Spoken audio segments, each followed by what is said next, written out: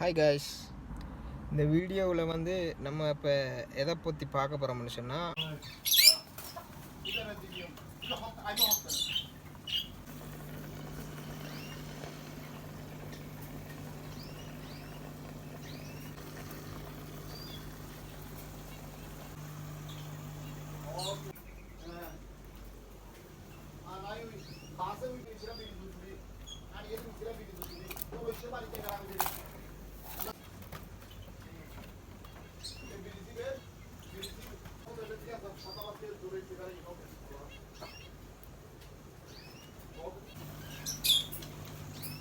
தண்ணிக்கு ஒன்றும் இல்லை, ஒரு பார்த்துக்குது